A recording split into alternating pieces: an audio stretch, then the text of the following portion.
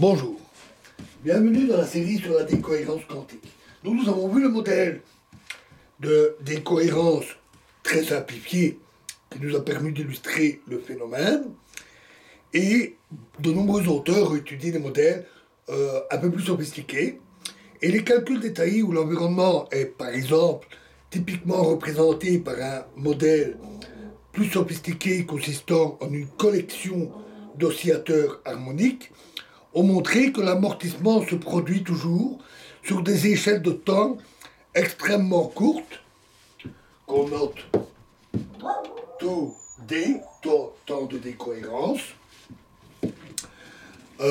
qui sont typiquement plusieurs ordres de grandeur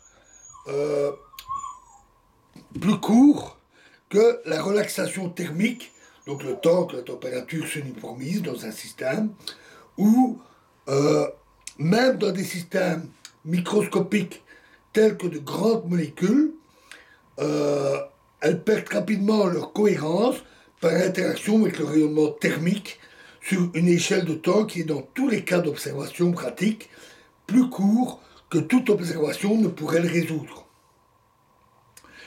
On parle là de grosses molécules telles que par exemple des protéines.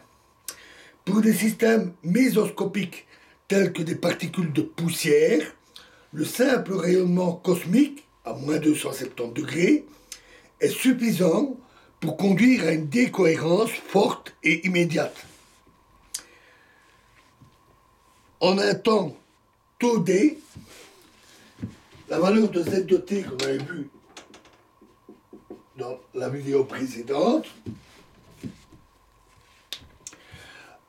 approche de zéro et reste proche de zéro, fluctuant avec une déviation standard moyenne de type marche aléatoire, qui est de type une fluctuation de l'ordre de racine carrée de n, où n est le nombre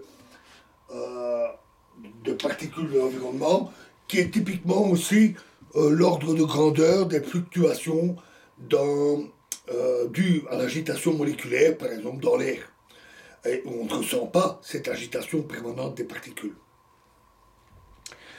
Cela a été montré notamment par Zurek déjà en 1982.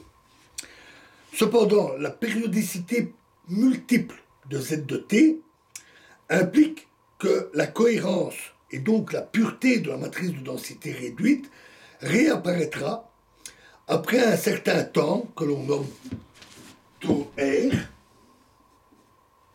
pour temps de récurrence, mais il ne réapparaîtra que pendant une très brève période, une très brève durée, le temps d'environ taux D.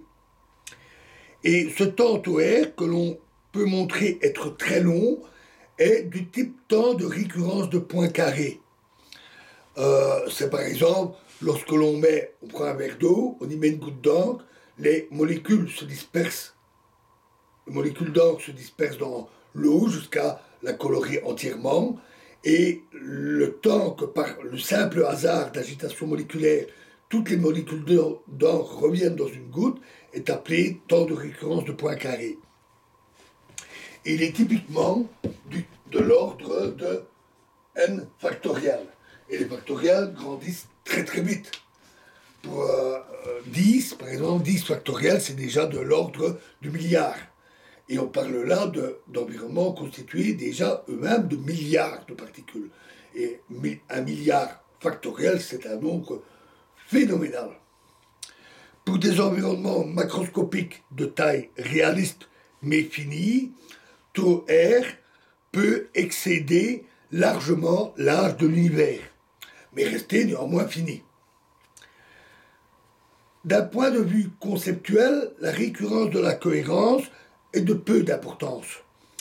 Le temps de récurrence pourrait seulement être infiniment long dans le cas hypothétique d'un environnement infiniment grand. Dans cette situation, les termes non diagonaux de la matrice de densité réduite seraient complètement et irréversiblement amortis et perdus à la limite t tendant vers l'infini.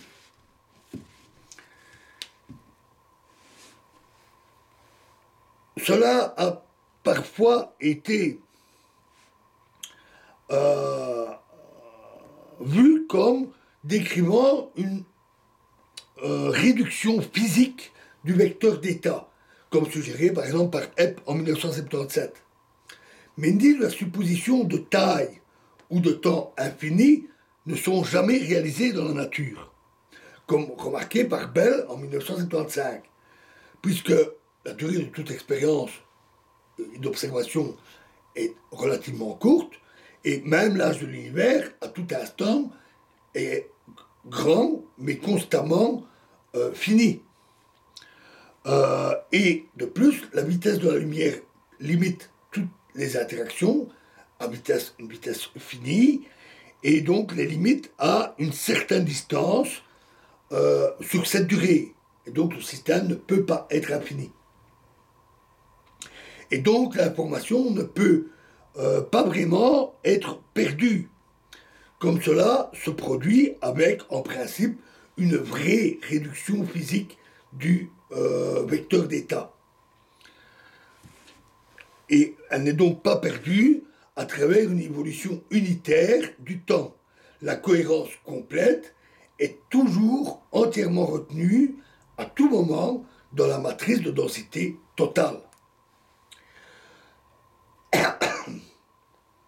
Nous pouvons donc dire à la conclusion générale que, excepté pour des systèmes microscopiques ou des systèmes mésoscopiques qui sont isolés et préparés avec précaution, l'interaction du système avec l'environnement conduit les éléments non diagonaux de la matrice de densité, la matrice de densité locale,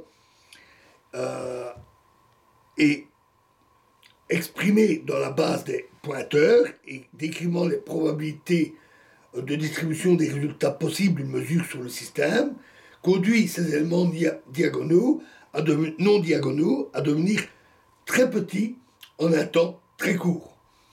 Et ce processus est irréversible dans toutes les situations pratiques.